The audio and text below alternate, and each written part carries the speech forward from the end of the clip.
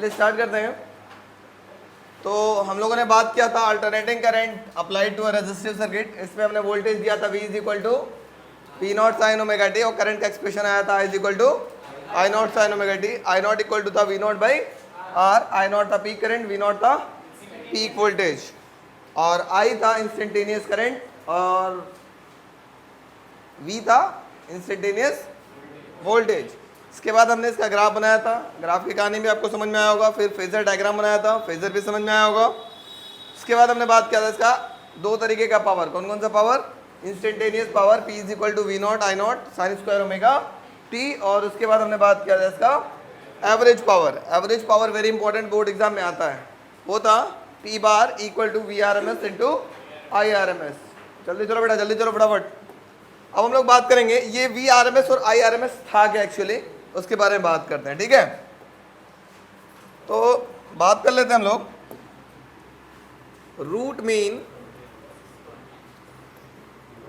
Root mean square value of AC है ना, मतलब आई आर एम एस की वैल्यू हम बात कर रहे हैं क्या है। थोड़ा ध्यान समझने का प्रयास करिएगा, वेरी इंपॉर्टेंट है, वेरी वेरी इंपॉर्टेंट है। आरएमएस वैल्यू ऑफ करंट क्या होता है। सपोज करो बेटा मेरे पास ये एक कंडक्टर है, एवरीवन प्लीज लिसन केयरफुली। ये एक कंडक्टर है, इस कंडक्टर को कितना स्टेडी करंट, स्टेडी करंट क्या होता है, स्टेडी करंट एक ऐसा करंट होता है जिसका समय के साथ साथ कोई वेरिएशन नहीं होता है। ऑल्टरनेटिंग करंट क्या है, स्टेडी करंट कहलाएगा क्या, नो सर। क्यों, क्योंकि ये क्या है, समय के साथ साथ ये चेंज हो रहा है, तो ये स्टेडी करंट निकलेगा। लेकिन क्या डीसी करंट को स्टेडी करंट कह सकते हैं क्या, यस सर, क्योंकि समय के साथ साथ इसके अंदर कोई चेंजेस नहीं हो रहा है। तो मान लेते हैं डीसी करंट, सिंपल सी बात, ठीक है। Steady current as a type of DC current भी बोल सकते हैं हम लोग। तो किसी कंडक्टर के अंदर, ध्यान से सुनिएगा, बहुत इंपॉर्टेंट है स्टेटमेंट, स्टेटमेंट समझ जाएंगे कहानी हो जाएगा। किसी कंडक्टर के अंदर कितना डीसी करंट दें, क्या दें, डीसी करंट, मतलब स्टेडी करंट दें कि वो हीट प्रोड्यूस करें। हम लोग पढ़े, बचपन से हम लोग पढ़ते आ रहे हैं, H इज इक्वल टू होता है आई स्क्वायर आर टी। अगर हीट देंगे तो मतलब अगर सिंपल सी बात है, अगर करंट देंगे तो क्या प्रोड्यूस होगा, हीट प्रोड्यूस होगा। तो मैं कितना, पहले दो करंट दिया जा रहा है, पहले मैं दे रहा हूं इसको कितना स्टेडी करंट, कितना स्टेडी करंट दें कि वो H amount of heat produce करे, कितने टाइम में, मान लेते हैं T टाइम में। मतलब मैंने इस कंडक्टर को अभी किससे कनेक्ट किया, डीसी से कनेक्ट किया। प्लीज ध्यान दीजिए, स्टेटमेंट बहुत आप लोग से गड़बड़ होता है कि अगर एक कंडक्टर है, इस कंडक्टर को मैंने I करंट दिया, उसने I मतलब मान लो तो 2 एम्पियर का करंट दिया, उसने 2 जूल का हीट प्रोड्यूस किया और टाइम लिया आपके पास 1 सेकंड मान लो, लेट अस सपोज, ठीक है। तो मैं इसी कंडक्टर में कितना एसी करंट दूं, कितना एसी करंट दूं कि वो सेम हीट प्रोड्यूस करे सेम टाइम में। मेरी बात समझ में आ रहा है, फिर से समझिए कि अगर हमको क्या प्रोड्यूस कराना है, इस कंडक्टर में हीट प्रोड्यूस कराना है और दोनों को बराबर टाइम देना है। तो हो सकता है कि हमको डीसी 2 एम्पियर में काम हो जाए, एसी 1 एम्पियर में काम हो जाए, दोनों करंट की मैग्नीट्यूड क्या होगी, अलग अलग होगी। लेकिन हमको क्या करना है, दोनों में जो हीट प्रोड्यूस करना है, कैसा प्रोड्यूस करना है, सेम। कितने टाइम में, सेम टाइम में। कैसे कंडक्टर है, दोनों के लिए सेम कंडक्टर हम रख रहे हैं। तो इसी डीसी करंट को हम क्या बोलेंगे, RMS value of current. Sir आपकी बातें हमारे पल्ले नहीं पड़ी, फिर से ध्यान से सुनिएगा। RMS value of current, RMS value of current का मतलब होगा हम किसी कंडक्टर के अंदर कितना डीसी करंट दे दें कि वो जो हीट प्रोड्यूस कर रहा है सेम समय के लिए उतना ही हीट प्रोड्यूस करे जितना कि किसने प्रोड्यूस किया है, एसी ने प्रोड्यूस किया है सेम टाइम इंटरवल के लिए। ऐसे करंट को हम क्या बोलते हैं, RMS value of current. Sir अभी भी समझ में नहीं आया, अब इसका रियल लाइफ एग्जांपल समझिए। आपके घर पे, सबके घर पे स्टेबलाइजर होगा। स्टेबलाइजर में एक वोल्ट मीटर लगा होता है, देखा है आपने? उसको ऐसे खट खट खट खट करके ऐसे बढ़ा देते हैं। मान लेते हैं वो 150 वोल्ट पे आ गया। वो 150 वोल्ट क्या दिखाएगा? उसकी आरएमएस वैल्यू ऑफ वोल्टेज दिखाता है। अभी तो आप वोल्टेज देख रहे हो। स्टेबलाइजर में वोल्टेज मतलब वोल्ट मीटर होता है। कुछ चार्जर होते हैं, बैटरी चार्जर किसी के घर पे होगा या किसी के घर पे, जैसे मेरे यहाँ पर देखो आपके पास एक इन्वर्टर दिखाई दे रहा है, स्पेशल किस्म का इन्वर्टर है। मैं आपको दिखाता हूँ, कुछ बच्चों को दिख जाएगा। जो एक स्पेशल किस्म का इन्वर्टर है, इस इन्वर्टर में आपको आरएमएस वैल्यू ऑफ वोल्टेज और आरएमएस वैल्यू ऑफ करंट बताता है, सब कुछ बता रहा है। कभी आना भी छुट्टी पे जाते हैं, मैं आपको दिखा दूंगा। जैसे देखो 233 वोल्ट दिख रहा है, यहाँ पर दिख रहा है क्या किसी को दूर से? वो क्या है? RMS value of voltage. जिसको दिख रहा होगा, दिख ही रहा होगा, दिख रहा है क्या? अब देखो, सुनो सुनो बेटा, दोनों वोल्ट दिखा रहा है, देखो ध्यान से। इसके अंदर भी हीट प्रोड्यूस हो रहा होगा, ये भी जो जिस चीज को चार्ज कर रहा होगा हीट प्रोड्यूस कर रहा होगा। अब देखो यार, डीसी वोल्टेज भी दिखा रहा है कि ये 13.5 वोल्ट जो हीट प्रोड्यूस कर रहा है डीसी के वजह से, वो कितना एसी दे दिया जाए कि उतना ही हीट प्रोड्यूस करे। तो एसी के लिए देखो, डीसी के लिए लिख रहा है 13.5 और एसी में देखो अभी एक्सचेंज होगा तो मैं बता देता हूं कितना होगा, 233 वोल्ट। ये दोनों एक दूसरे के इक्विवेलेंट है। इसी को बोलते हैं आरएमएस वैल्यू ऑफ वोल्टेज। ये जो एसी वोल्टेज इसको क्या बोलेंगे? RMS value of voltage. वो जितना हीट प्रोड्यूस कर रहा होगा उतना ही 13.5 वोल्ट का जो डीसी था वो भी क्या कर रहा होगा? Same amount of heat produce कर रहा होगा। इसी को बोलते हैं आरएमएस वैल्यू ऑफ वोल्टेज। ठीक है, मैं इसका वो वीडियो बनाकर डाल दूंगा, इसी वीडियो के साथ मर्ज कर दूंगा, देख लीजिएगा क्या है, क्लियर हो जाएगा। क्योंकि मेरे पास मिल गया तो दिखा दिया, नहीं तो फिर वही मीटर खोजना पड़ता है। आपके घर पे मीटर लगा हो स्टेबलाइजर में? कुछ तो पहले जमाने वाले जो इन्वर्टर आते थे उसकी बात बताता हूँ, उसमें एमीटर भी होते थे साथ में। करंट बताता कितना एम्पियर का करंट बाहर निकल रहा है, ठीक है, सब कुछ बताता है। तो अब तो एडवांस हो गया, सब डिजिटल ज़माना आ गया, सामने सामने दिख रहा है कितना आ रहा है कितना जा रहा है, तो हमें पता चल जाता है कि हमारी बैटरी फुल चार्ज है कि नहीं चार्ज है। तो जुगाड़ वाला काम करते हैं हम लोग। तो समझ में आया मोटी मोटा what is RMS value of current? कि अगर किसी कंडक्टर के अंदर कितना एसी करंट दे दें कि वो जो हीट प्रोड्यूस कर रहा है सेम टाइम के लिए, जो कि हीट कौन प्रोड्यूस करेगा? डीसी प्रोड्यूस कर रहा होगा सेम टाइम के लिए सेम कंडक्टर के अंदर, उसको हम क्या बोलते हैं? RMS value of. चलो डिफाइन करो तो फटाफट फटाफट लिखो। The root mean square value of, please write down fast. The root mean square value of current या the root mean square value of AC, the root mean square value of AC is defined as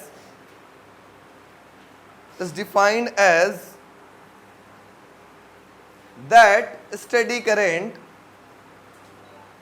that steady STEADY steady current which produces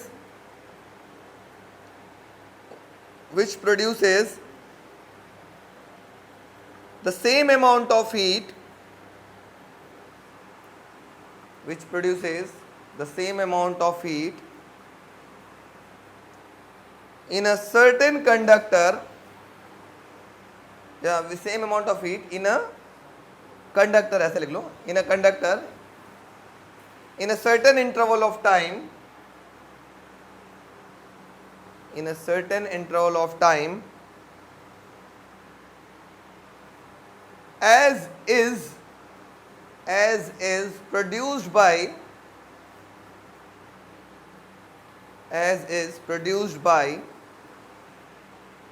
the AC, as it produced by the AC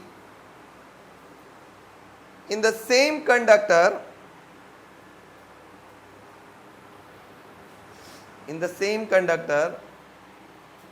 during the same interval of time, during the same interval of time, bracket में लिख लीजिएगा, that is time period capital T, that is time period, bracket में लिख लीजिएगा, that is time period capital T।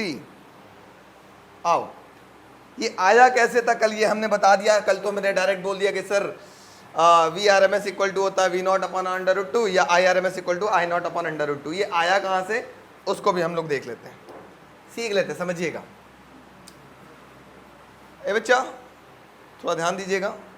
अगर मैं AC की बात करूं, कोई बच्चा मुझे बताएगा, कोई पार्टिकल है यहां से ऑक्सीलेट करते करते करते करते करते यहां पहुंचा, जो टाइम लगा उसको क्या बोलेंगे? कौन सा टाइम? स्मॉल टी के capital T? Capital T. Very good. तो एसी का सिंबल ऐसा ही होता है ना? ऐसे ही कल चल रहा था, ठीक है सर। अगर एसी की बात करें, अगर किसी कंडक्टर है, मान लो ये कंडक्टर है, इस कंडक्टर में मैंने एसी करंट दिया, करंट कैसा देंगे? एसी करंट कैसा होगा? I is equal to I not sine omega t, यही तो अल्टरनेटिंग करंट होता है। मैंने दिया तो वो हीट प्रोड्यूस करेगा, ठीक है। कितना हीट प्रोड्यूस किया? मान लेते हैं मैंने बहुत छोटे समय के लिए उसको क्या किया, एसी करंट दिया, मतलब टी टाइम के लिए करंट दिया, सिर्फ एक साइकिल के लिए। तो अब बताओ 1 सेकंड में कितनी साइकिल कंप्लीट करता है इंडिया में? 50 साइकिल। 50 बार जलता है, 50 बार बुझता है, ऐसे होता था ना, बताया था, याद करो। कितने टाइम्स? 50 बार। लेकिन अगर हम सिर्फ एक की बात करें तो समय क्या हो गया? बहुत कम। अब जब समय बहुत कम होगा तो हीट कैसा प्रोड्यूस करेगा? बहुत कम। तो बहुत कम के लिए क्या यूज करते हैं हम लोग, कोई बच्चा बताएगा? डी यूज करते हैं। Very good. तो अगर हम बोले डी एच हीट प्रोड्यूस कर रहा है तो हमारे पास हीट का फॉर्मूला आता है H is equal to I square R T. ये हो गया आई स्क्वायर आर। टाइम कितना लिया था? छोटा टाइम लिया था तो dt लिख लेते हैं, कोई तकलीफ? Very good. तो ध्यान दीजिएगा सब बच्चे, D H is equal to I की जगह लिख सकते हैं I not sine omega T का whole square into R into D T. किसी बच्चे को तकलीफ? Yes no? No sir. ध्यान देते हैं, आगे बढ़ते हैं। तो डी एच बराबर आपके पास क्या मिलेगा? ये आई नॉट का स्क्वायर, तो ध्यान दे सुनिएंगे, sine square omega T into D T. कोई दिक्कत? Yes no? इंटीग्रेट करते हैं दोनों साइड, इंटीग्रेटिंग बोथ साइड। अच्छा आर भी बचा है, आर भी लिख लो, इंटीग्रेटिंग बोथ साइड, ठीक है। अब इंटीग्रेट करोगे तो क्या मिलेगा, थोड़ा ध्यान देते हैं। ये होगा डी आई। अब यहां से इन दोनों को कांस्टेंट मान लो, आई, अरे भाई साहब ये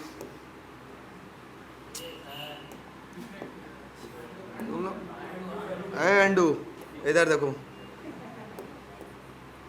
H है ना, आई नॉट स्क्वायर आर। अब ये हो जाएगा sign square omega T into D T. कहाँ से कहाँ तक इंटीग्रेट करेंगे? अभी अगर हमने मान लिया कि यहाँ पर था तो करंट कुछ दिया ही नहीं था, तो हीट कितना प्रोड्यूस करेगा? 0, ठीक है। अब अगर हमने यहाँ से एक साइकिल तक बात करें, एक साइकिल में टाइम कितना लगेगा? Capital D. तब मान लेते उस कुछ ना कुछ हीट प्रोड्यूस किया, H हीट प्रोड्यूस किया। चलो सर, H डी एच 0 से H तक आई नॉट का स्क्वायर R। मैंने आपको कल बताया था, साइन स्क्वायर को डायरेक्ट इंटीग्रेट करेंगे क्या? नहीं करेंगे ना, उसके लिए कुछ ट्रिक बताया था। क्या लिखेंगे, प्लस या माइनस? साइन वाले के लिए माइनस। Very good. 0 से t तक ये क्या होगा? 1 minus cos 2 omega T upon में 2 इंटू डी टी। नहीं याद है तो देख लो कहाँ से मैंने किया था, कुछ बच्चों को नहीं याद आ रहा होगा। याद आ गया क्या? इसको रिप्लेस किया कैसे? ऐसे, ठीक है। वैसे मैंने कल बता दिया था, बड़ा डिटेल में समझा दिया था उसको कि पूरी इंटीग्रेशन में ये आपको यूज होगा। आगे बढ़ते हैं, अब इसका इंटीग्रेशन करते हैं। पहले इसका 2 भी बाहर ले लेते हैं, थोड़ा और आराम कर लेते हैं हम लोग। ये होगा डी एच 0 से H तक, इधर था आई नॉट का स्क्वायर R, और नीचे से 2 बाहर निकाल लेते हैं। क्या मिलेगा? इंटीग्रेशन ऑफ 0 से t तक 1 minus cos 2 omega T into D T. यही था क्या? देखो 2 बस बाहर निकाल लिया, 1 minus cos 2 omega T into D T. कोई तकलीफ? Yes no? अब तकलीफ दे रहा हूँ, देखता हूँ किसको तैयार है। बताओ डी एच का इंटीग्रेशन क्या होगा? H कहाँ से कहाँ तक? 0 टू H। ये हो गया I naught square R by 2। अब बताओ 1 का इंटीग्रेशन T, अरे डी टी मल्टीप्लाई को तो T। कॉस का क्या होगा? साइन 2 ओमेगा टी अपॉन में क्यों 2 ओमेगा? क्योंकि टी के आगे क्या है, तो जो भी चीज होता है उससे हम डिवाइड कर देते हैं। कहां से कहां तक, कोई तकलीफ? Yes no? बहुत अच्छे, वेरी गुड। हमारा कल का मतलब लग रहा है मिशन सक्सेसफुल रहा। Upper limit minus lower limit आई नॉट का स्क्वायर आर बाई 2। एक बार अपर लिमिट रखेंगे, जहां जहां कैपिटल टी रखेंगे, माइनस का साइन 2 ओमेगा कैपिटल टी, याद आ रहा है क्या, 2 ओमेगा। एक बार अपर लिमिट हो गया, minus lower limit 0 minus sine 0 upon में 2 ओमेगा। कोई तकलीफ? Yes no? नहीं आया ना? आ गया क्या? Very good. अरे हम समझ गए, तेज हो गए भाई साहब, बर्दाश्त करिए। कभी कभी अपनी जो सक्सेस होता है ना उसको भी बर्दाश्त करना चाहिए, लिमिट में रहना चाहिए ना। हमको आ रहा है इसका मतलब ये ना कि हम उड़ जाए। वेरी गुड, आ रहा है, बहुत अच्छी बात है। अब देखो फिर से एक बार वही कर लेते हैं, रिपीट रहेगा तो याद रहेगा। ओमेगा को क्या लिख सकते हैं, 2 पाई बाई कैपिटल टी, और यहाँ हो गया टी अपॉन में 2 ओमेगा, और ये पूरा क्या हो गया, 0। ए बच्चा दास, टी माइनस टी से T cancel, sine 4 pi upon में 2 omega. According to Chandan law sine 4 pi की वैल्यू आ गया भाई, वेरी गुड। कहाँ गया, मिट गया क्या वो? अच्छा बताया था ना, ऐसे देखो 0 पाई 2 पाई 3 पाई 4 पाई, साइन 0 की वैल्यू 0, साइन पाई की वैल्यू भी 0, साइन 2 पाई 3 पाई 4 पाई 5 पाई सबकी वैल्यू 0 है, 0 ऑन। तो साइन 4 पाई इधर पूरा क्या हो जाएगा, 0 अपॉन में कुछ 0, तो ये पूरा कैंसिल। बचा के आपके पास, थोड़ा ध्यान देते हैं। तो h is equal to I naught square R by 2 into T minus 0। कोई तकलीफ? Yes no? अब बहुत इंपॉर्टेंट है, ध्यान देंगे, समझने का प्रयास करेंगे। h इज इक्वल टू ये हो जाएगा I naught square R T by 2, equation number 1। ये तो तब था जब इस कंडक्टर के अंदर, कहाँ गया भाई साहब, ये जो कंडक्टर था इसके अंदर कैसा करंट दिया गया था, एसी करंट दिया गया था, तो इतना हीट प्रोड्यूस कर रहा था। अब इसी कंडक्टर के अंदर हम कैसा करंट देंगे, डीसी करंट देंगे, और कितने टाइम के लिए देंगे, सेम टाइम के लिए देंगे, तो वो कुछ हीट प्रोड्यूस करेगा। उसी करंट को हम क्या बोल देते हैं, आरएमएस वैल्यू ऑफ करंट। मतलब अब लिखेंगे व्हेन डीसी या steady current, not DC, steady लिख लेते हैं। When steady current is given to a same conductor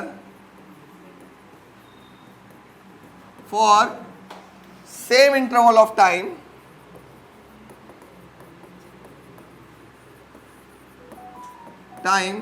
then heat produced is, तो क्या होगा, H इज इक्वल टू क्या होगा, आई स्क्वायर, इसी को बोलते हैं आई आर एम एस का square, into R into T.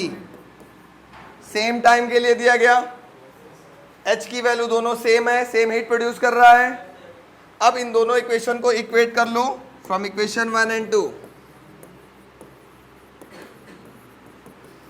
We get, ये होगा I R M S square R T is equal to I naught का स्क्वायर आर टी अपॉन में 2, जो कटे काट लो, आर टी कैंसिल, कोई तकलीफ?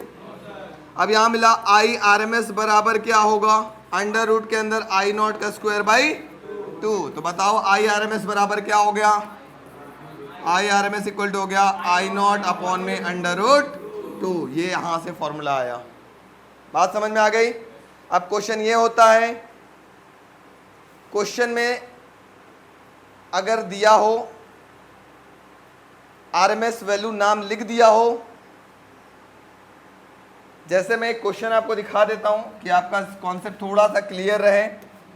मैं अगर एनसीईआरटी की छोटी सी बात करके दिखा दूं, क्योंकि बहुत ज़रूरी है, पढ़ाते समय बात कर लें, इसके बाद तो हम लोग बात करेंगे ही करेंगे, जब क्वेश्चन लगाएंगे तो उस समय हमको ऑलरेडी बात करना है, ठीक है। जैसे एक क्वेश्चन ले लें एनसीईआरटी की, मुझे कैसे पता चलेगा कि आरएमएस वैल्यू गिवन है कि पीक वैल्यू गिवन है, ठीक है। तो जैसे मैं आपको दिखा दूं, अगर क्वेश्चन में पीक लिख दिया तभी वो पीक वैल्यू ऑफ करंट या पीक वैल्यू ऑफ वोल्टेज है, अदरवाइज वो क्या है, आरएमएस है। ठीक है, जैसे मैं क्वेश्चन दिखाता हूं, आ जाओ भाई एनसीईआरटी नीचे।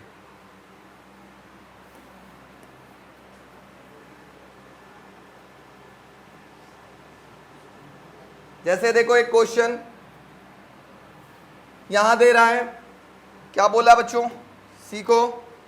100 ohm resistor is connected to 220 volt supply. अब यहां पर ये 220 वोल्ट तो लिख रहा है, लेकिन ये 220 वोल्ट क्या है, आरएमएस है कि पीक है, आरएमएस, वी आरएमएस। पीक होगा तो वहां पर लिख देगा कि वो पीक है, अगर पीक नहीं लिखा है तो आपको तुरंत अपने आप से दिमाग से लगाना है वो क्या है, आरएमएस। जैसे अगला क्वेश्चन एक देख लिया जाए, इसी में तो देखो यहां पर लिखा होगा पीक वोल्टेज, यहां लिख दिया, देखो इसका मतलब ये क्या है, तब V0 है। बात समझ में आ रही है। जहां नहीं लिख रहा है वो क्या है, आरएमएस। जैसे इस क्वेश्चन में पढ़ो, 60 micron farad capacitor is connected to 110 volt supply. अब 110 वोल्ट क्या है, वी आरएमएस। समझ में आ गया, कोई कंफ्यूजन? मतलब पीक होगा तो लिखेगा, नहीं होगा तो हम आरएमएस समझेंगे। ठीक है, क्लियर। चलो क्वेश्चन का भी थोड़ा थोड़ा कॉन्सेप्ट क्लियर करते हुए चलते हैं हम लोग। चलिए तो फटाफट इसको नोट करते हैं, थोड़ा से नोट करिए इसको।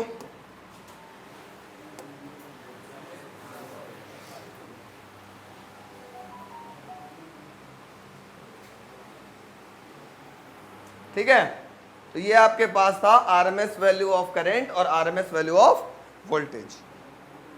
तो अब देखो फिर से मैं एक बात कर लेता हूं, हो गया ना सबका। चलो नेक्स्ट। तो देखो बच्चा, तो मैंने क्या बोला था आपको, क्या क्या चीज पढ़ना है। अगर हम रेजिस्टिव पढ़े तो उसमें हमने उसको वोल्टेज कितना दिया, वोल्टेज कितना दिया, V0 साइन ओमेगा टी, है ना। करंट कितना मिला, I is equal to I0 sine omega T, वो निकालना है। अगला क्या पढ़ना था, इसका ग्राफ पढ़ा, फिर इसका क्या पढ़ना था, फेजर जो कि पढ़ा, फिर इसका हमने इंस्टेंटेनियस पावर निकाला, फिर हमने इसका क्या निकाला, एवरेज पावर निकाला। सब कुछ निकल गया, इसका मतलब रेजिस्टिव सर्किट हो गया कंप्लीट। अब इसके बाद हम बात करेंगे इंडक्टिव सर्किट, जिसको हम क्या बोलते हैं, कॉइल। आप लोग कॉइल बोलते हो ना, कॉइल नहीं बोला जाएगा, उसको इंडक्टर बोलेंगे। अब अगला हमारा जो हेडिंग है वो है alternating voltage applied to an inductive circuit. थोड़ा ध्यान देंगे सभी लोग, कृपया ध्यान दें। ये एक कॉइल है, कॉइल को हम बोलते हैं इंडक्टर। अब इसको हम कैसा वोल्टेज देंगे, एसी वोल्टेज। और एसी वोल्टेज हमेशा हमने बोला है किसी भी टाइप का सर्किट हो आपको यही वोल्टेज देना है, V0 साइन ओमेगा टी। ये इंडक्टर है जिसको L से रिप्रेजेंट करते हैं। ठीक है, मतलब सिंस वी नो दैट, मैंने कैसा वोल्टेज दिया, V is equal to V0 sine omega T, equation number 1। कोई तकलीफ? अब अगर हम चले पिछले चैप्टर में, जब हमने सेल्फ इंडक्टेंस ड्यू टू मतलब सेल्फ इंडक्टेंस की बात किया था, मैं थोड़ा सा याद दिला दूं, याद तो भूल गया होगा। सेल्फ इंडक्टेंस में बताया था phi is directly proportional to क्या था, आई। प्रोपोर्शन हटाया था तो एक कांस्टेंट आया था Li, पढ़ा था क्या। फिर दूसरी बात क्या था, EMF इक्वल टू था माइनस का D phi by D T according to Lenz law. याद आ रहा है कुछ कुछ। सो EMF इक्वल टू मैंने बात किया था D by D T of, in place of phi आप क्या लिखे थे, Li। और किसके अंदर चेंज हो रहा था, करंट के अंदर चेंज हो रहा था। तो करंट को हमने डिफरेंशिएट किया था, उसको ऐसे लिखा था चैप्टर नंबर पिछले में। याद आ रहा है क्या कुछ? मतलब अगर किसी कॉइल की बात करें तो कॉइल के अंदर जो EMF बनता है वो क्या बनता है, E is equal to minus का L D I by D T. मतलब भाई साहब अगर यहाँ EMF की बात करें वो कितना होगा, माइनस का L D I by D T. किसी बच्चे को दिक्कत? Yes no. अब हम लोग बचपन में हम लोग को पढ़ाया गया है किरचॉफ्स बाबा की बात।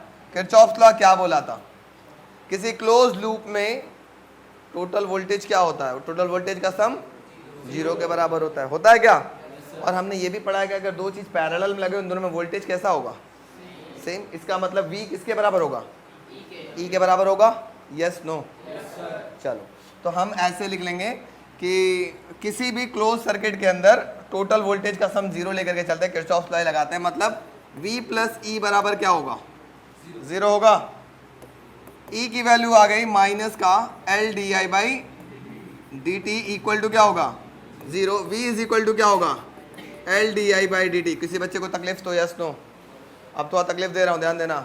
मिस्टर दीपक, पक दीपक, इधर देखो, क्रॉस मल्टीप्लाई करो तो डी आई बराबर क्या मिलेगा? थोड़ा सा ध्यान देते हैं, वी डी टी अपॉन में एल लिख सकते हैं। अब तकलीफ वाली बात शुरू हो रही है, ध्यान दीजिएगा, नहीं तो समझ में नहीं आएगा, मैं पहले बता रहा हूँ। और अभी हमने बताया है v इज इक्वल टू क्या था? V naught sine omega T था क्या? इस v की जगह रिप्लेस करिए, क्या मिलेगा आपके पास? थोड़ा ध्यान देते हैं। मिलेगा डी आई बराबर v की जगह हो गया V naught sine omega T upon में l into D T. D T ये था, v की जगह रिप्लेस किया गया। कोई तकलीफ? अब इधर भी d दिख रहा है, इधर भी d दिख रहा है, तो हटाने का काम कैसे करेंगे? इंटीग्रेशन से। ठीक है, दोनों तरफ इंटीग्रेट करते हैं। डी आई, इसको वी नॉट अपॉन में एल को बाहर ले लेते हैं, ये हो जाएगा sign omega T into D T. किसी बच्चे को तकलीफ? देखो जल्दी से बताओ, देखो कौन बच्चा बताएगा। डी आई का integration I V naught by L, sine omega T का इंटीग्रेशन बताओ।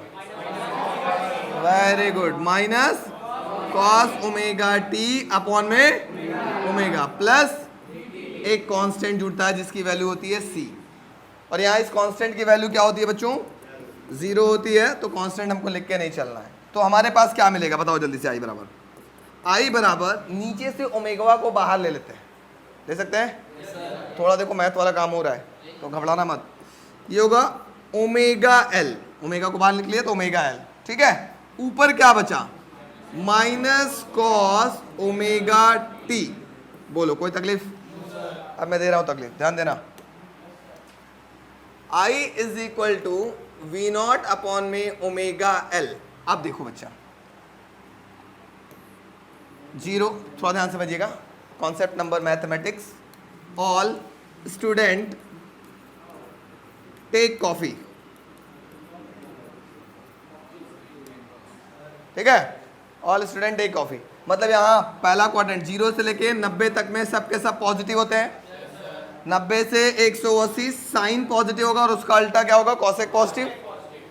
T फॉर टैन होता है टैन और उसका उल्टा कॉट पॉजिटिव, है ना। और C फॉर होता है कॉस और कॉस का उल्टा क्या होता है? सेक। इस क्वाड्रेंट में सेक पॉजिटिव और कॉसेक मतलब सेक और कॉस पॉजिटिव। यहाँ टैन और कॉट पॉजिटिव, यहाँ साइन और कॉसेक पॉजिटिव। अब तो ध्यान समझने वाली बात है। इसका मतलब सेकंड क्वाड्रेंट में कॉस की वैल्यू कैसी होगी बताओ? नेगेटिव। सिर्फ साइन पॉजिटिव होगा, कॉस कैसा होगा? नेगेटिव। अब थोड़ा ध्यान देना, मैं कॉस थीटा को क्या लिख सकता हूं बच्चों? साइन 90 माइनस थीटा लिख सकता हूं क्या? 90 माइनस थीटा तो यही पड़ेगा और ये इसकी वैल्यू क्या हो जाएगी? Cos theta. अब एक और बात, इसी में आगे माइनस लगा दें, माइनस कॉस थीटा, तो इधर भी आएगा minus sign pi by 2 minus theta आएगा क्या? और हम लोग को मैथमेटिक्स में पढ़ाया गया है कि sine minus theta equal to होता है माइनस साइन थीटा। साइन और टेन में होता है ये कहानी, बस टेन माइनस थीटा भी होता है माइनस टेन थीटा, लेकिन अगर लिखा होता कॉस माइनस थीटा बराबर क्या होता है? सिर्फ कॉस थीटा, इसमें माइनस बाहर ही निकलता है, ठीक है, पता है ना सबको। तो साइन में अगर साइन की जरूरत हो सिर्फ साइन की बात करते हैं। तो अगर ये माइनस बाहर है तो हम माइनस अंदर मल्टीप्लाई कर सकते हैं। तो वैसे ही अगर माइनस यहाँ बाहर है तो अंदर मल्टीप्लाई कर दोगे तो माइनस कॉस थीटा की जगह क्या होगा जल्दी बताओ? माइनस, और ये हो जाएगा साइन, साइन ये माइनस हो जाएगा पाई बाई 2 और ये हो जाएगा प्लस। ऐसा लिख सकते हैं क्या? Yes no? तो जल्दी से बेटा ये बताओ, अगर माइनस कॉस थीटा को ये लिख सकते हो तो माइनस कॉस ओमेगा टी को भी तो कुछ लिख सकते हैं। क्या लिखेंगे जल्दी बताओ? यही लिखेंगे क्या? थीटा की जगह बस क्या हो जाएगा? Omega T. मतलब हो जाएगा sine minus pi by 2 plus omega T. Yes no? कोई दिक्कत तो बोलो, नो दिक्कत? Very good. अब इसको हम थोड़ा सा अरेंज फॉर्म में लिख लेते हैं। v is equal to omega L sine, इसको लिख सकते हैं ओमेगा टी माइनस का पाई बाई 2। कोई तकलीफ? यस नो, जल्दी बोलो। No no no no no no no no no no no no no. चलो आगे देखो, ध्यान दो। अब बेटा ध्यान से सुनो, ध्यान देने की जरूरत है, कृपया ध्यान दें। जल्दी बताओ, V is equal to I R, R equal to क्या होगा? V by I. कोई तकलीफ? Yes no no no sir, V is equal to I R. अच्छा ये बताओ, अगर हम I बराबर पूछे तो क्या होगा इस फॉर्मूले से? I इज इक्वल टू क्या होगा? V by R. Yes no? अब देखो तकलीफ वाली बात, इसका मतलब ये ऊपर वाला V है, नीचे वाला पूरा क्या होगा? R होगा। मतलब V नॉट अपॉन में इस ओमेगा L को हम लोग लिखेंगे XL।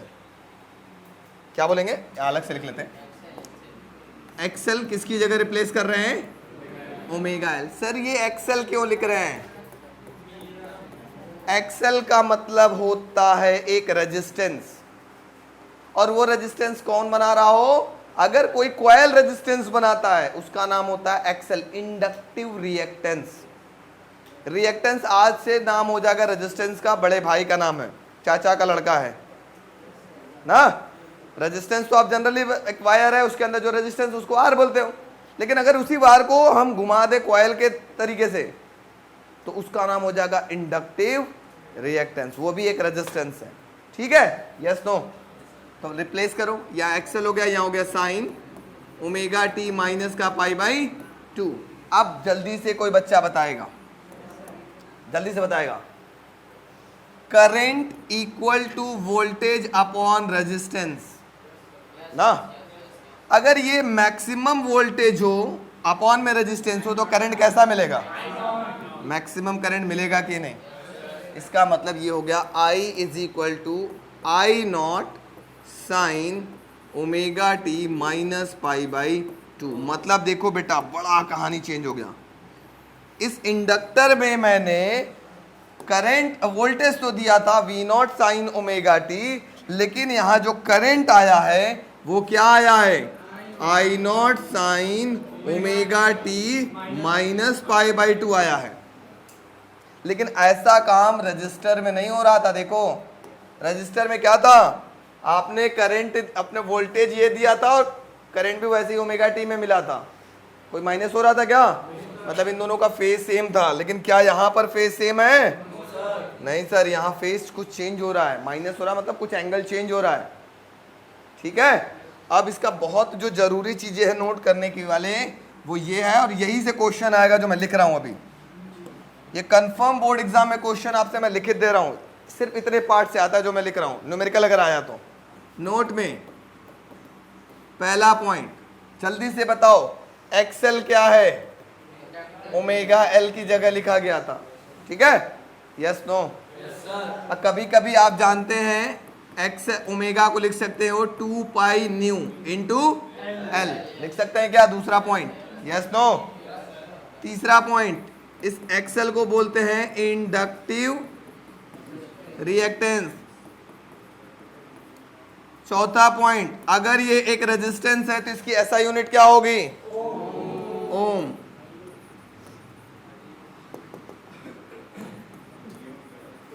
समझ में आ रहा है? पांचवा पॉइंट, I नॉट किसकी जगह लिखा गया था? V नॉट अपॉन में XL की जगह लिखा गया था। कभी कभी आप इस I नॉट को ऐसे भी लिखेंगे, V नॉट अपॉन में XL की जगह हो जाएगा ओमेगा L। सातवां पॉइंट, कभी ऐसे भी लिख सकते हैं, V naught omega is equal to हो जाएगा 2 पाई न्यू इंटू L भी लिखा होगा। बात समझ में आ गई? Yes no? सबको क्लियर? तड़ाक से नोट करो, वेरी इंपॉर्टेंट, मार्क करना ये।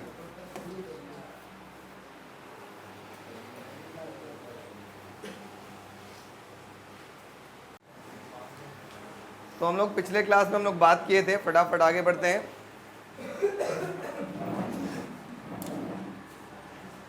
अगर हम बात कर लें नेक्स्ट क्लास, पिछले क्लास की,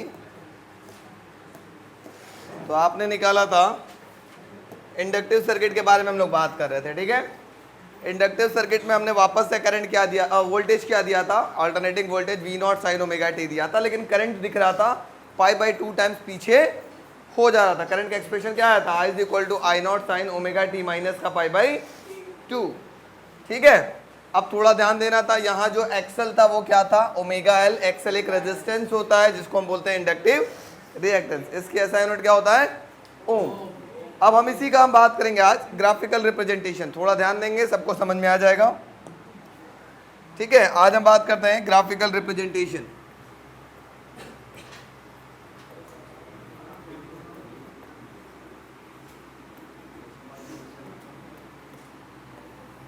थोड़ा ध्यान देते हैं बच्चा, बात कम करेंगे, काम ज्यादा।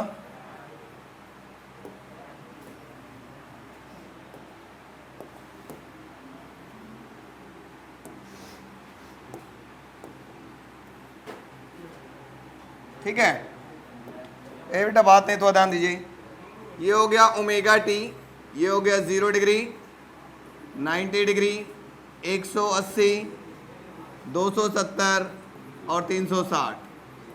सबसे पहले हम V नॉट की बात करते हैं। प्लीज़ बच्चा बात नहीं, V इज इक्वल टू आपके पास दिखाई देगा V not sine omega T.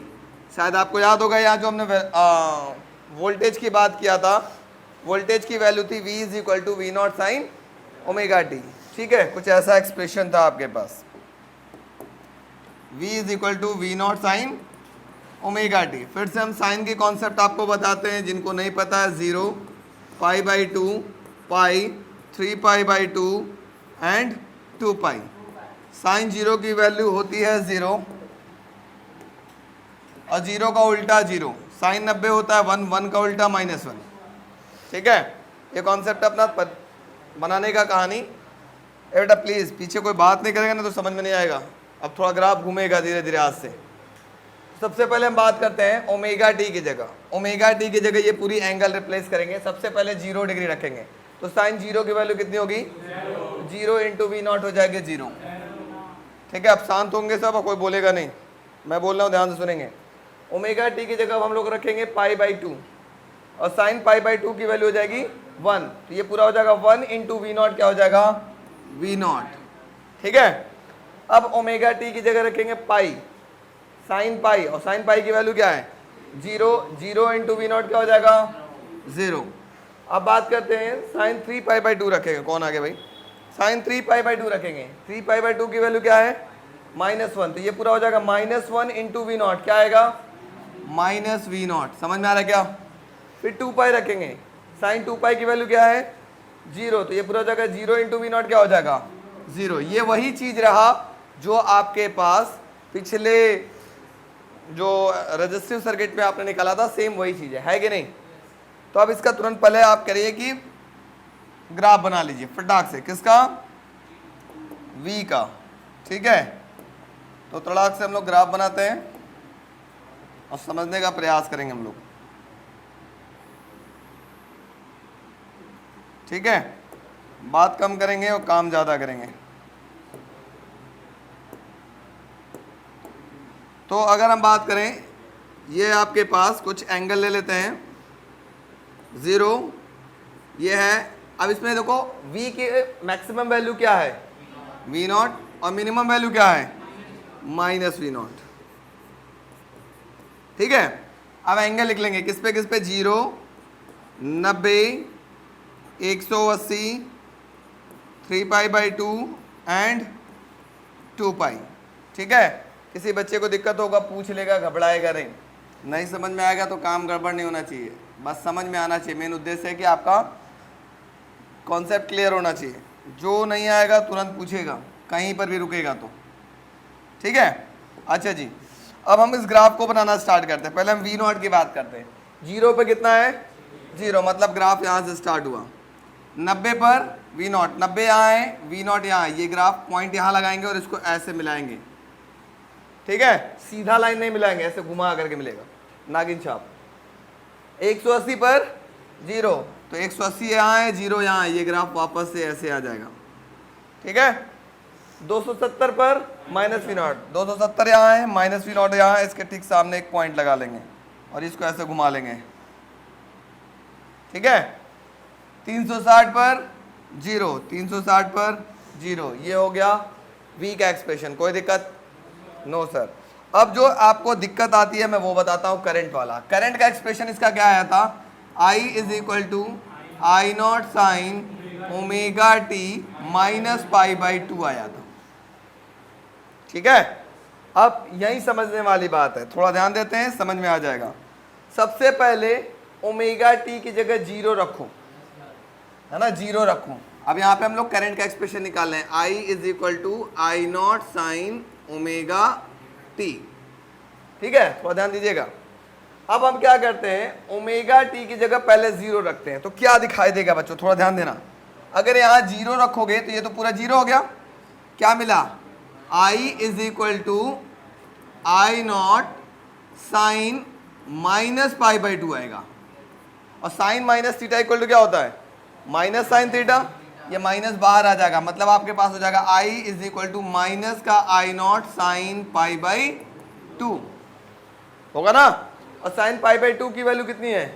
1, तो ये हो जाएगा 1 इंटू माइनस आई नॉट, क्या आएगा? माइनस आई नॉट आएगा क्या? तो चलिए इसकी वैल्यू आपके पास हो गई माइनस आई नॉट। पहला ही वाला समझने में ज़्यादा तकलीफ होता है, बाकी वाले में नहीं तकलीफ होगा, ठीक है। अब ओमेगा टी की जगह क्या रखेंगे? पाई बाई 2, तो यहाँ हो जाएगा पाई बाई 2 माइनस पाई बाई 2, कितना हो जाएगा? 0, और साइन 0 की वैल्यू 0, और 0 इंटू आई नॉट 0। समझ में आ रहा है क्या? अब ओमेगा टी की जगह रखेंगे 180, 180 माइनस 90, साइन 90, और साइन 90 की वैल्यू 1, तो ये होगा 1 into I not, I not. अब रखेंगे 270, 270 माइनस 90, 270 में से 90 गया, कितना बचेगा? 180, और साइन 180 की वैल्यू 0, तो 0 इंटू आई नॉट 0। समझ में आ रहा है क्या? अब रखेंगे 360, 360 माइनस 90, 270, और साइन 270 की वैल्यू -1, तो -1 into I not, minus I not. किसी बच्चे को तकलीफ तो बोलो, आ गया? अब हमको बताओ इसमें से साइन की मैक्सिमम, मतलब ये आई की मैक्सिमम वैल्यू क्या है? आई नॉट, और minimum value minus I not. अब हम लोग जानते हैं, जैसा कि मैंने पिछले में भी बताया था, करंट की एम्पलीट्यूड हमेशा वोल्टेज के एम्पलीट्यूड से क्या होती है? कम होती है ना। जैसे आपने सुना होगा 220 वोल्ट 5 एम्पियर, तो वोल्ट ज़्यादा है, इसका मतलब वोल्टेज का एम्पलीट्यूड ज़्यादा है। अब 5 एम्पियर, 5 मतलब 220 की अपेक्षा कम है ना, तो वो क्या होता है? हमेशा करंट होता है। इसका मतलब करंट हमेशा छोटा होता है, किससे? वोल्टेज से। तो हम करंट को छोटा कर लेंगे ऐसे, यहाँ पर यह हो जाएगा आपके पास, क्या होगा? माइनस, बोलो, प्लस आई नॉट, ठीक है। यहाँ पर हो जाएगा प्लस आई नॉट, और यहाँ हो जाएगा आपके पास माइनस आई नॉट। कोई तकलीफ? अब ग्राफ समझिएगा, जिन बच्चों को नहीं समझ में आएगा दिक्कत होगा यहीं पर। सबसे पहले 0 पर कहाँ है? ये 0 तो यहाँ है, माइनस आई नॉट है, मतलब ग्राफ यहाँ से स्टार्ट होगा, ठीक है, समझ में आ रहा है? अब पाई बाई 2 पर कहाँ जाएगा? पाई बाई 2 यहाँ है, 0 यहाँ, ये ग्राफ ऐसे गया, ठीक है। 180 पे कहाँ गया? आई नॉट, 180 ये है, आई नॉट यहाँ है, ये ग्राफ ऐसे जाएगा, थोड़ा सा ऐसे जाएगा लहरा के, ठीक है, ऐसे 180 पे आई नॉट। समझ में आ रहा है क्या? अब बताओ 270 पर, तो 270 यहाँ है, यहाँ से घूम करके क्या आएगा? 0। समझ में आ रहा है क्या? 360 पर, तो माइनस आई नॉट यहाँ है, 360 यहाँ, ये आकर के ऐसे हो जाएगा। बोलो किसी बच्चे को तकलीफ? ग्राफ समझ में आया? फटाक से नोट करिए झटपट।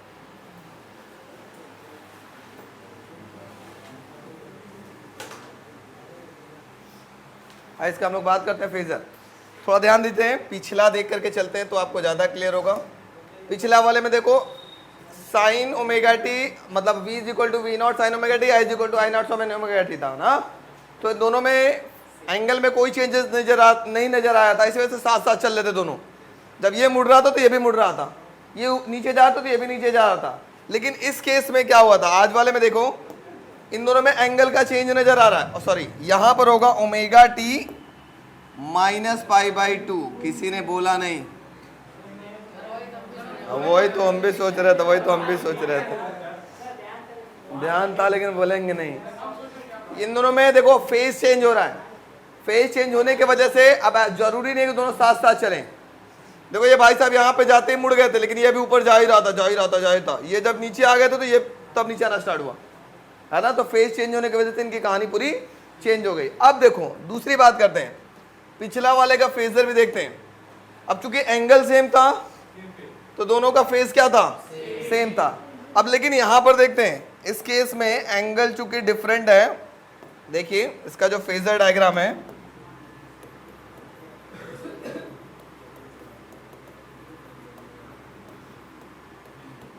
फेजर डायग्राम इसका कैसा होगा तो ध्यान देते हैं।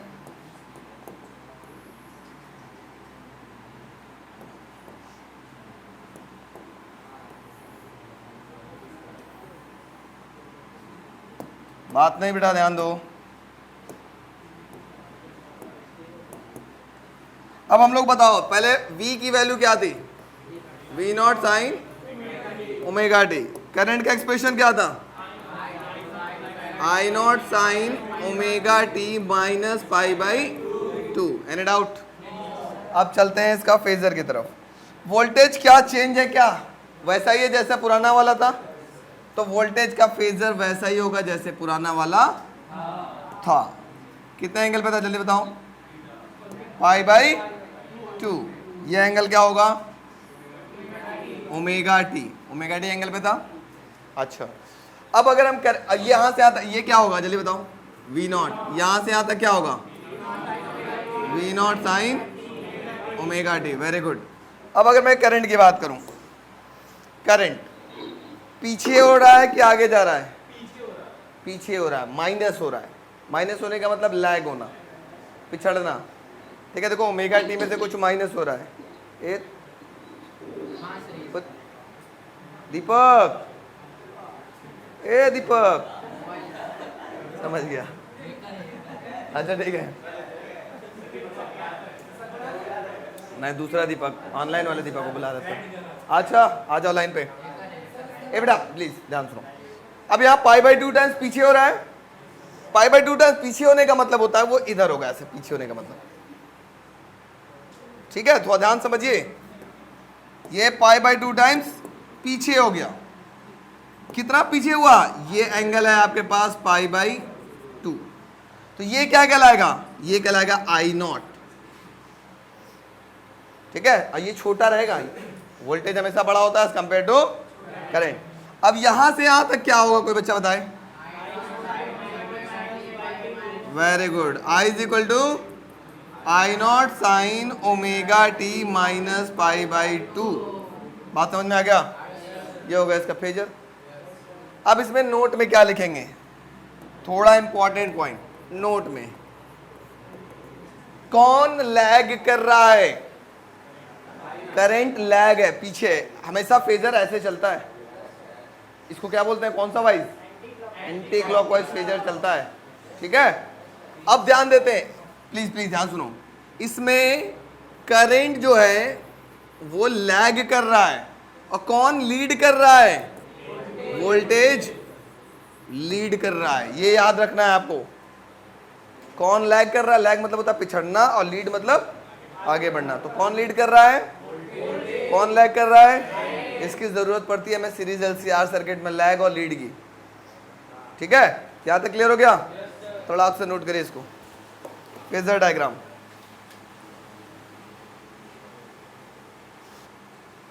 सबसे पहले हम लोग बात करते हैं इंस्टेंटेनियस पावर। बेटा बात कम काम ज्यादा। इंस्टेंटेनियस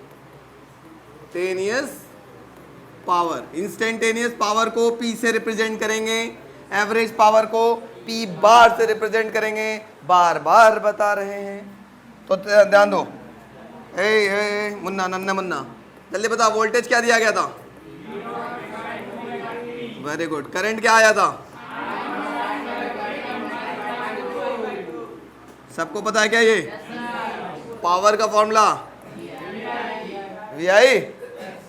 अच्छा, v की value v not sine omega T, i की वैल्यू, अब मैं थोड़ा सा जादू करूंगा, थोड़ा ध्यान दीजिएगा। v nought I not sine omega T, अब शांत हो जाओ, sign omega T minus pi by to. मैं थोड़ा सा एक दो स्टेप बचाने वाला हूं, बीइंग अ जंगड़चोर टाइप का इंसान। थोड़ा ध्यान देंगे हम लोग, थोड़ा सा ध्यान देंगे। माइनस कॉस ओमेगा टी को ही हमने लिखा था sign omega T minus pi by to, लिखा था क्या? इसका मतलब sign omega T minus pi by two को क्या लिख सकते हैं? माइनस कॉस ओमेगा टी लिख सकते हैं। ठीक है, तो डायरेक्ट मैं उसको लिखता हूं पिछले वाली कहानी। तो sine omega T minus pi by two को क्या लिखेंगे बच्चों, जल्दी बताओ?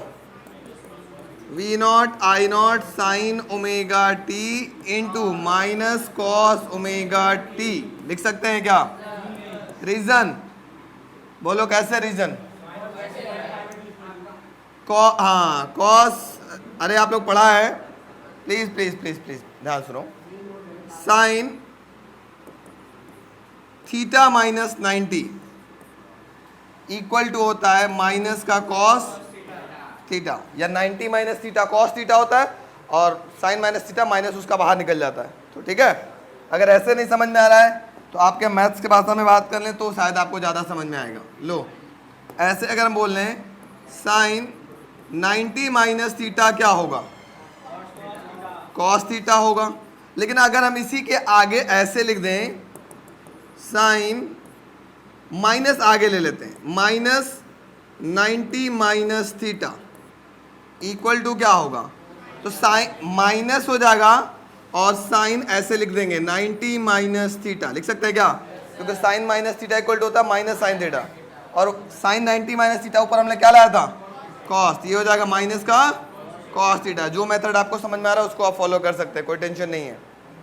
Sign minus theta equal to minus sine theta होता है, सबको पता ना? Very good. तो बेटा उसी तरीके से मैंने इसकी जगह डायरेक्ट क्या लिखा? Minus cos theta.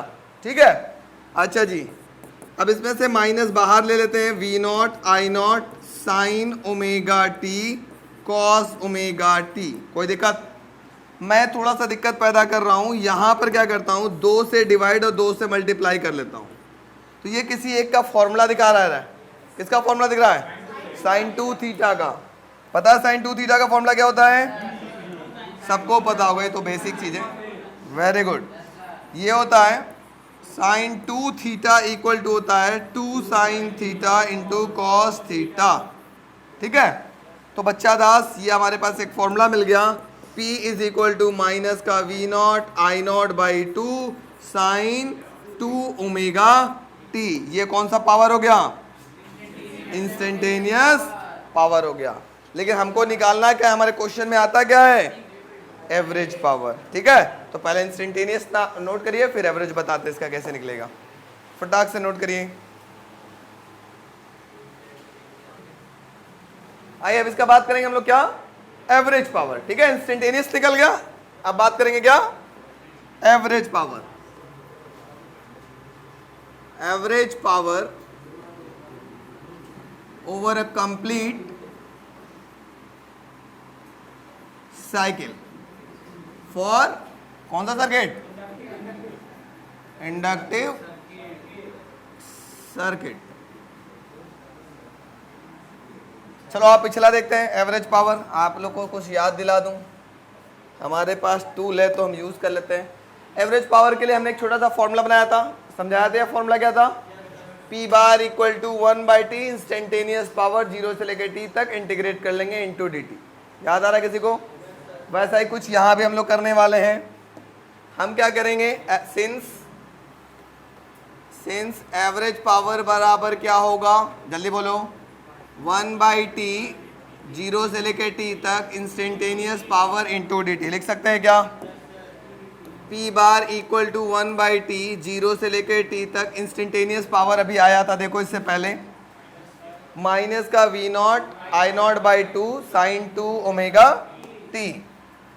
तो माइनस का V not I not by 2 sine 2 omega T, ये तो हो गया इंस्टेंटेनियस पावर इनटू, किसी को दिक्कत? Yes no? Very good. So P bar equal to क्या होगा बच्चों? माइनस का V not I not by 2t, 0 से t तक, ठीक है, और ये हो जाएगा sine 2 omega T into D T. Any doubt? अब कहीं स्क्वायर दिख रहा है क्या? पिछले वाले में तो स्क्वायर दिख रहा था तो कुछ छिड़खानी करना पड़ा था, यहाँ कुछ छेड़ना छाड़ना है, डायरेक्ट इंटीग्रेट करना है। कैसे करेंगे? P bar equal to minus का V not I not by 2t। अब बताओ साइन का इंटीग्रेशन क्या होगा? Minus cos 2 omega t divided by क्या होगा? 2 ओमेगा। मतलब इस t के आगे जो होता है उसी से डिवाइड कर देते हैं, 0 से t तक। किसी बच्चे को दिक्कत? थोड़ा सा सॉल्व करते हैं। क्या करते हैं? माइनस और 2 ओमेगा को बाहर ले लेते हैं, काम आसान करते हैं पहले, क्योंकि जितना काम आसान करेंगे उतना आपको टेंशन नहीं होगा। माइनस माइनस हो जाएगा plus V not I not by 4t omega, कहाँ से कहाँ तक? cos 2 ओमेगा t, 0 से t तक। कोई दिक्कत? Yes no? क्या बेटा? dt का इंटीग्रेशन हो चुका है भाई साहब, तभी ना हुआ। बायो वाले बच्चे ना जिंदगी में हमको एकदम रुला देते हैं, है ना? अच्छा चलो कोई बात नहीं, समझ में आ गया ना? अभी हो गया V not I not by 4t omega. एक बार अपर लिमिट रखेंगे, cos 2 omega capital T minus एक बार लोअर लिमिट रखेंगे cos 0। कोई दिक्कत? Yes no? अब तकलीफ दे रहा हूं, थोड़ा ध्यान दीजिएगा। P bar equal to V not I not by 4t omega, ये हो जाएगा cos ओमेगा की जगह लिख सकते हैं क्या? जल्दी बोलो। 2 pi by capital T into t minus cos 0, t से t cancel. P bar equal to मिला V not I not by 4t omega cos 4 pi minus cos 0। अब देखो चंदन्स लॉ समझा देते हैं। कॉस का कॉन्सेप्ट 0 पाई 2 पाई 3 पाई 4 पाई, ठीक है? मतलब cos 0 की वैल्यू कितनी होगी बेटा? 1। तो cos 4 पाई की वैल्यू भी कितनी होगी? 1। बात समझ में आ गई? cos 180 की वैल्यू क्या होगी? तो cos 3 पाई की वैल्यू कितनी होती? तो हमें इससे मतलब तो है नहीं, सिर्फ इससे मतलब है। तो अगर मैं यहाँ देखें तो P बार इक्वल टू मिलेगा V not I not by 4t omega. cos 4 pi की वैल्यू कितनी हो गई? देखो 4 पाई की वैल्यू 1, ठीक है, 1 माइनस cos 0 की वैल्यू भी 1, तो 1 माइनस 1 क्या हो गया? 0। तो एवरेज पावर क्या मिला? 0। बहुत खतरनाक बात ये हुआ यहाँ पर, सुनिए प्लीज प्लीज प्लीज। एक क्वेश्चन आता बोर्ड एग्जाम में, व्हाट इज वॉटलेस करंट? मतलब अगर किसी सर्किट में, प्लीज ध्यान सुनिए, अगर किसी सर्किट में मैं करंट तो दे रहा हूं लेकिन वो कोई पावर कंज्यूम नहीं कर रहा। देखो क्या मैं इस सर्किट में करंट दिया कि नहीं दिया? दिया ना, लेकिन इसने कितना पावर कंज्यूम किया? कोई पावर कंज्यूम नहीं किया। तो यहां जो लगने वाला करंट होगा इसी को बोलते हैं वॉटलेस करंट। 0 वाट का बल्ब नाम सुना है क्या? क्या पावर कंज्यूम करता है क्या वो? 0 वाट मतलब कोई पावर कंज्यूम नहीं कर रहा, लेकिन स्टिल उसके अंदर क्या जाता है? करंट जाता है। करंट जाने के बावजूद वो पावर कंज्यूम नहीं करता हो, ऐसे करंट को हम बोलते हैं वॉटलेस करंट। बोर्ड एग्जाम में बहुत बार पूछा गया। अभी हम स्टेटमेंट इसको आगे लिखवा देंगे, वॉटलेस करंट क्या होता है। बात समझ में आ गई? तो पूछा जाएगा वॉटलेस करंट आपको कहां दिखाई दिया? तो इंडक्टिव सर्किट में दिखाई दिया। पूछो, अगर पूछ दिया जाएगा कैसे दिखाई दिया, तो आप बताएंगे इंडक्टिव करंट में करंट तो जाता है, कितना जाता है? I is equal to I not sine omega T minus pi by 2। Current तो जाता है लेकिन कोई एवरेज पावर कंज्यूम नहीं करता। इसका मतलब करंट जाने के बावजूद अगर वो पावर कंज्यूम नहीं कर रहा है तो ऐसे करंट को ही हम क्या कहते हैं? वॉटलेस करंट कहते हैं। बात समझ में आ गई? नोट कर लो, वेरी वेरी इंपॉर्टेंट है, इस पे वेरी वेरी इंपॉर्टेंट मार्क लगा दे रहा हूँ। वीवीडी V V V V V V V V V V V V V V V very very important. Infinity थोड़ा अक्सर नोट करो।